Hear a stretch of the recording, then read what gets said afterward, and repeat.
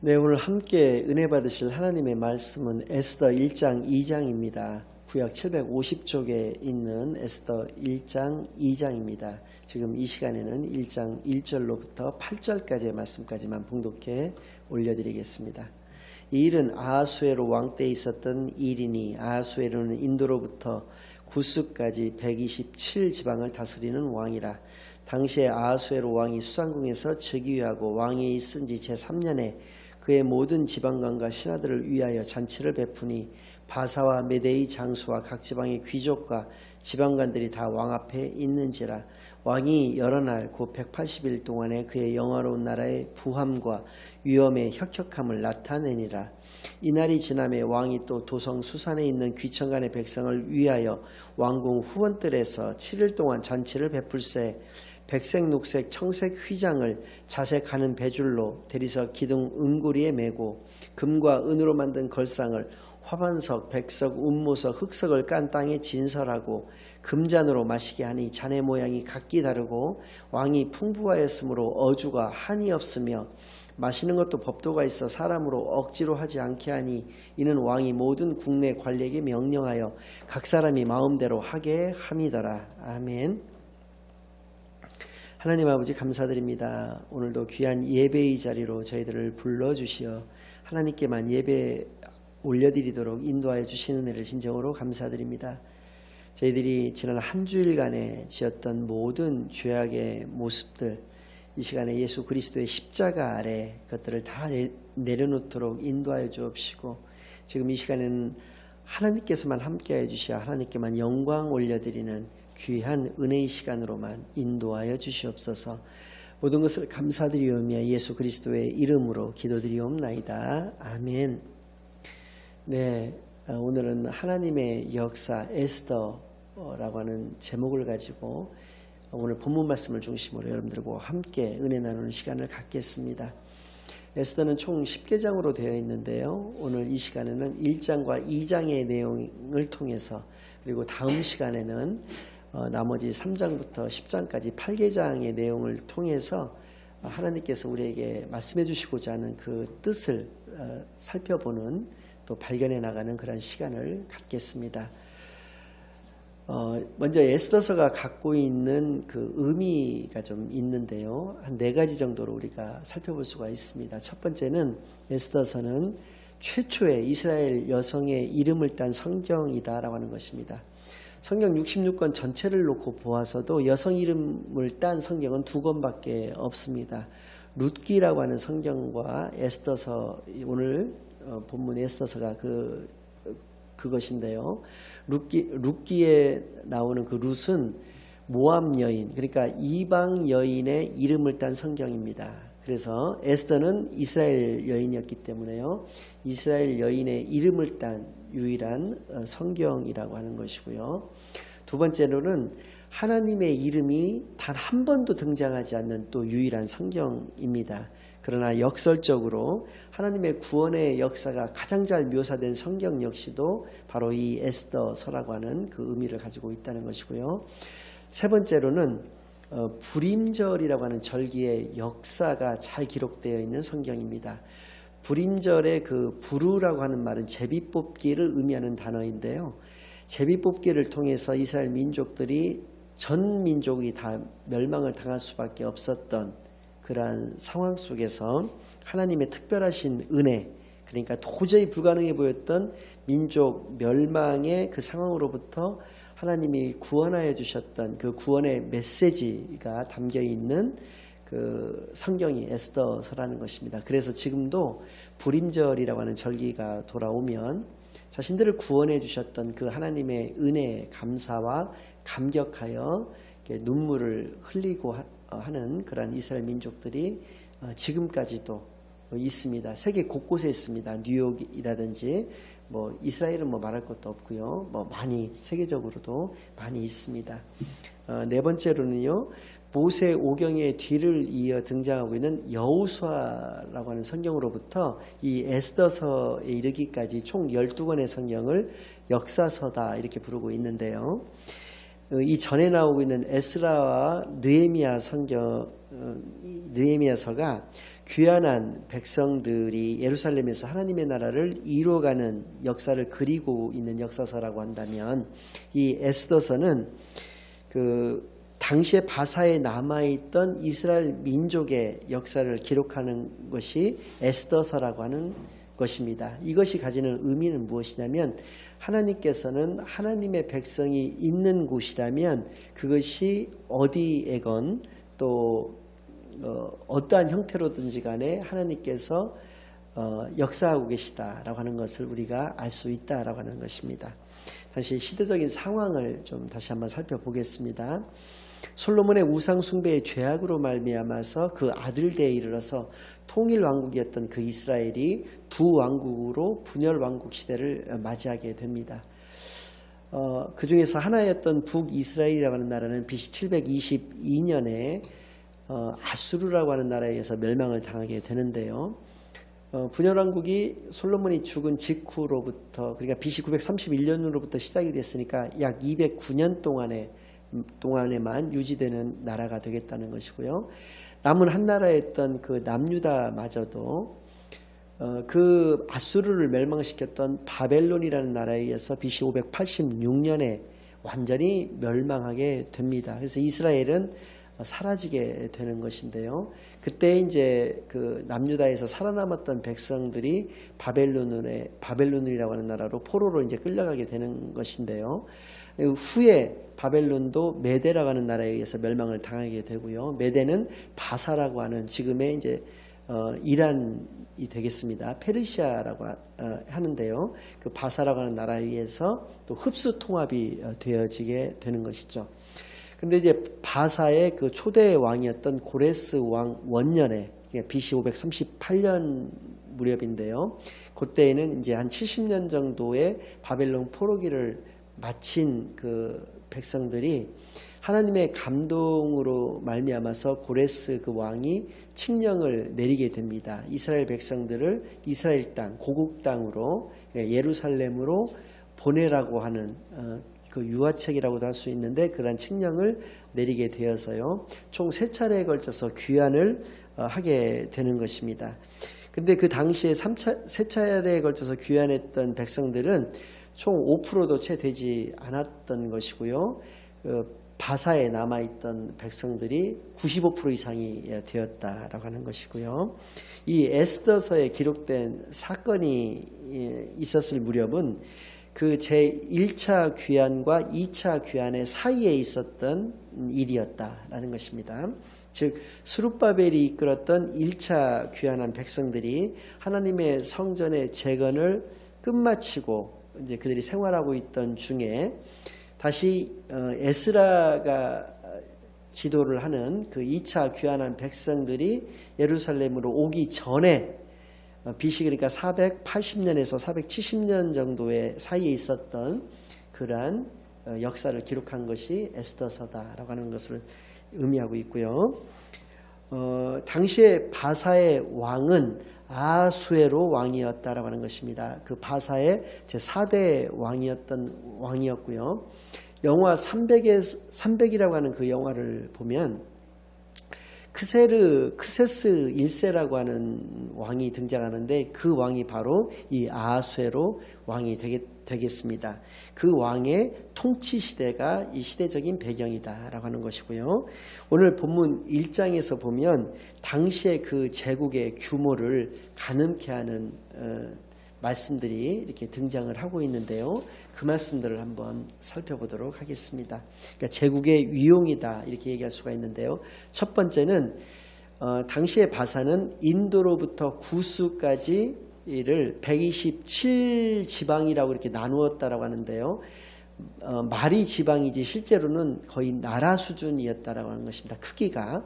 그러니까 127 지방을 다스리는 왕이 바사의 아수에로 왕이었다라고 하는 것입니다.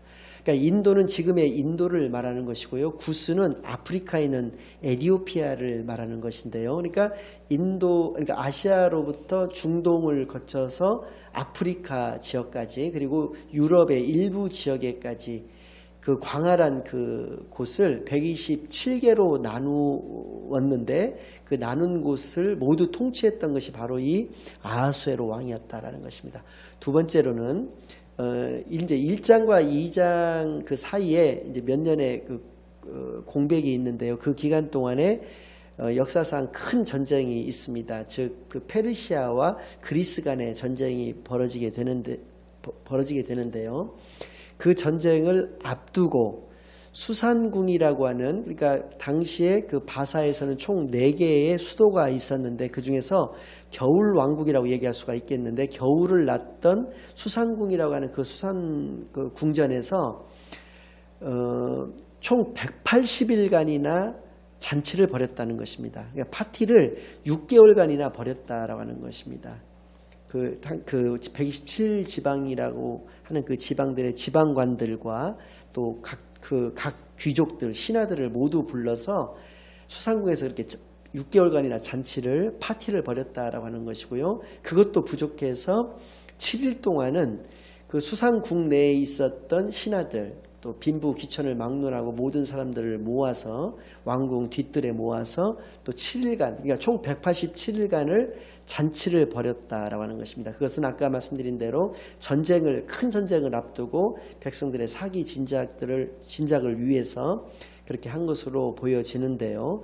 어쨌든 간에 187일간이나 잔치를 벌였음에도 그 어주, 그러니까 술이 부족하거나 음식이 부족하지를 않았다라고 하는 것으로서 당시의 제국의 위용을 또 알 수 있다라고 하는 것이고요.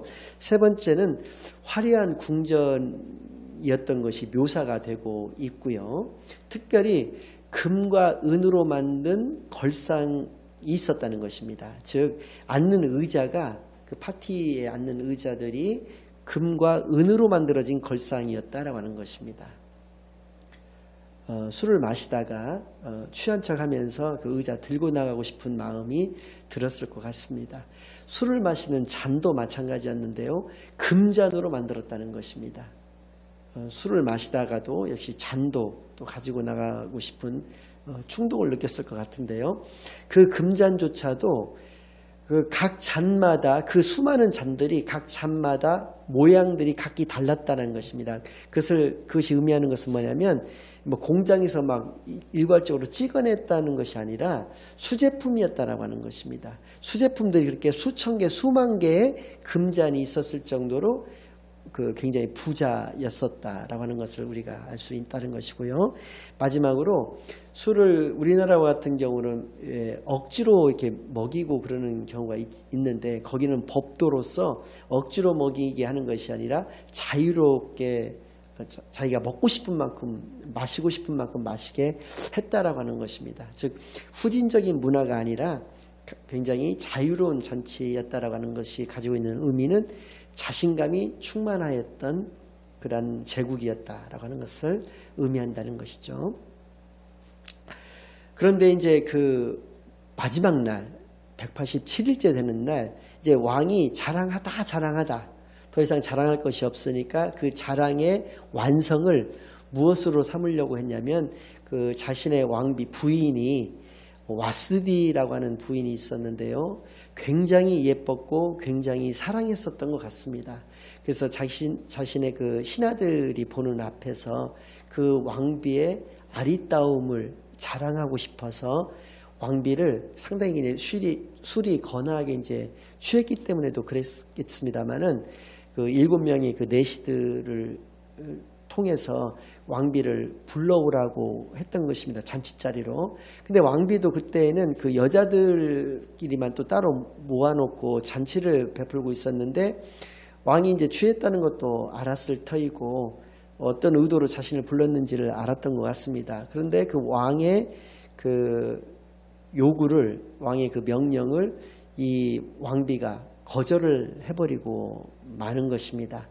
그래서 그 말을 듣고 왕이 진노를 하게 되고요. 왕비를 따로 불러서 이제 막 화를 내는 것이 아니라 7명의 법률가들을 불렀다는 것입니다. 그래서 지금 왕비가 이렇게 나에게 처신을 했는데 내가 어떻게 하면 좋겠느냐고 자문을 구하게 되는데요. 성경에 보니까 왕의 기색을 살피고 그 중에서 무무간이라고 하는 그 법률가가 뭐라고 얘기를 하냐면 이 왕비의 이 태도를 그냥 내버려 두게 되면 이 나라의 모든 신하들의 부인들이 자신들의 남편들을 무시하고 우습게 알게 될 것이니 일벌백계 차원에서라도 이 왕비를 폐위시켜야 되는 것이 마땅하다라고 하는 이야기를 하게 되는 것입니다. 그러니까 그것이 법률에 의해서 그렇다라고 하는 것보다는 왕의 기색을 살펴서 왕의 눈치를 봤다는 것이죠. 왕이 그러기를 원하는 것 같아서 그 눈치를 맞췄다라고 하는 것이죠. 그래서 왕이 그것을 좋게 여겨서 왕비를 폐위를 시켜버리고 말았다라고 하는 것이 1장의 내용입니다. 2장은 아까 말씀드린 대로 바사와 그리스 간의 전쟁이 벌어지게 되는데요. 처음에는 이제 승승장구를 하지만 그리스는 이제 도시국가였었으니까요. 근데 살라미스 전투라고 하는 유명한 그 해전이 있게 되는데요. 이 해전에서 그 바사국이 대패를 하게 됩니다. 그래서 굉장히 의기소침해 있고 이렇게 이제 풀이 죽어 있었을 거 아니겠습니까? 아수에로 왕이 그 크세스라고 하는 그 왕이 그러니까 이제 신하들이 그것을 보고 왕의 그 상심된 마음을 달래주고자 새로운 왕비를 뽑자고 추청을 하게 되고요. 그렇게 해서 전국에서 이제 후보자를 이제 추려가지고 최종적으로 왕비가 되는 사람이 바로 이스라엘 백성 출신인 그때 바벨론으로 포로로 잡혀왔던 사람의 후손이었던 에스더라고 하는 사람이 결국은 왕비로 간택이 된다라고 하는 것인데요. 이 왕비로 간택된 에스더에 의해서 다음 시간에 살펴볼 이스라엘 민족들의 구원이 있게 된다라고 하는 것이 멸망으로부터 이들을 구원시켜주는 것이 바로 이 에스더의 그 믿음과 지혜로 말미암아서 그렇게 된다라고 하는 것이 이 에스더서의 전체의 내용이다라고 하는 것입니다. 결론적으로 우리가 이것을 통해서 우리가 알 수 있는 것은 첫째로 이 와스디라고 하는 왕비가 왕의 명령을 따르지 않았다라고 하는 점입니다. 그리고 사실은 이게 취기에 의해서 이루어진 거기 때문에 왕의 입장에서 또 다른 사람들의 입장에서 봤을 때도 이것은 어떻게 보면 별것도 아닌 그러니까 그 어떤 자랑을 하기 위한 거였기 때문에 뭐 왕의 뭐 자존심에 큰 상처를 받는다거나 할 필요가 없는 문제였는데도 이 별것도 아닌 일을 크게 확대시켰다라고 하는 점 그리고 그 1장과 2장 사이에 그 전쟁에서의 그 대패를 통해서 왕이 위로를 받을 필요성이 대두가 되었다는 이러한 점들과 마지막으로 에스더가 준비된 왕후감이었다라고 하는 것입니다.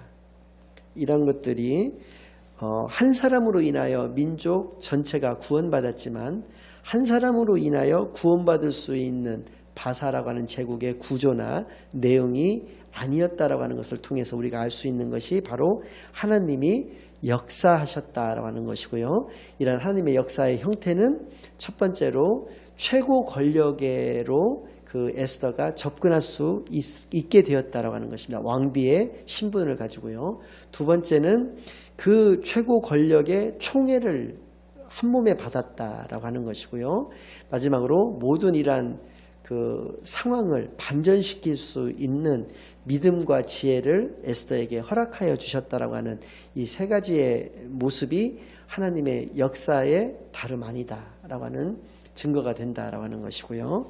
두 번째로는 내가 일한다면 그냥 일하는 것이지만은 내가 기도하면 하나님이 일하신다라고 하는 이야기를 어떤 사람이 했었는데요. 에스더서가 그것을 극명하게 잘 드러내주고 있다는 것입니다. 그 유명한 죽으면 죽으리라라고 하는 말씀이 등장을 하고 있는데요. 죽으면 죽으리라고 하는 각오로 3일간의 금식 기도를 한 이후로 왕을 찾아간다라고 하는 것입니다. 그래서 말씀드린 바와 같이 내가 일하면 그건 그냥 일하는 것일 뿐이고요. 내가 기도를 하게 되면 하나님께서 일해 주신다라고 하는 이것을 통해서 알 수 있는 것은 바로 하나님의 역사의 원리는 기도다라고 하는 것을, 하나님이 일을 하시게 되는 것은 바로 기도밖에 없다라고 하는 것을 우리에게 알려주신다라고 하는 것이고요. 마지막으로 능력에 맞는 일을 구하지 말고 일에 맞는 능력을 구해야 된다라고 하는 말이 있는데요. 하나님의 역사의 내용이 이렇다라고 하는 것입니다. 즉 인간이 할 수 없는 일을 하나님은 하실 수 있다라고 하는 것을 우리로 하여금 깨닫게 해주시는 것이 바로 이 에스더서다라는 것이죠. 결론을 말씀드리겠습니다. 어떠한 상황과 어떠한 조건 하에서도 우리는 겁내면 안 된다라고 하는 것을 우리에게 분명히 이 성경을 통해서 알려주고 계십니다. 세상의 힘은 과장되었습니다. 그것이 어떠한 힘이든지 간에 과장되었다는 얘기입니다. 바사의 그 위용에 대해서, 그 제국의 위용에 대해서 앞서 말씀드린 바가 있는데, 그러나 그럼에도 불구하고 아하수에로는 아무것도 아닌 사람이었다는 것이죠. 왜 그러냐면 그 모든 것은 하나님 앞에서는, 하나님의 역사 앞에서는 아무것도 아니라고 하는 것이 증명되었다라고 하는 것입니다. 두 번째로는요, 그렇기 때문에 세상과 사단의 통제에 우리가 휘둘려서는 안 된다라고 하는 것입니다. 우리는 오직 하나님의 말씀만을 붙잡고 그 말씀만을 따라야 한다라고 하는 것을 깨달아 알 수 있는 것입니다. 왜냐하면 순종하는 자, 그리고 기도하는 자가 가장 강한 자가 되는 것이기 때문에 그렇다는 것입니다. 자, 세상에 휘둘릴 것이냐, 하나님의 말씀을 붙잡고 살아갈 것이냐, 이것을 어떤 것을 우리가 선택해야 되는 것인가를 깨달아 아는 그런 귀한 시간만이 되시기를 예수 그리스도의 이름으로 간절히 축원합니다. 아멘. 이제는 우리 주 예수 그리스도의 은혜와 아버지 하나님의 놀라우신 사랑과 성령 하나님의 내주인도 역사 교통하심이 하나님의 말씀만을 붙들고 살아가겠다고 다짐하고 결심하고 돌아가는 모든 하나님의 자녀들의 머리 위에와 그들의 가정 위에 이제로부터 영원까지 함께하여 주옵시기만을 간절히 축원하옵나이다. 아멘.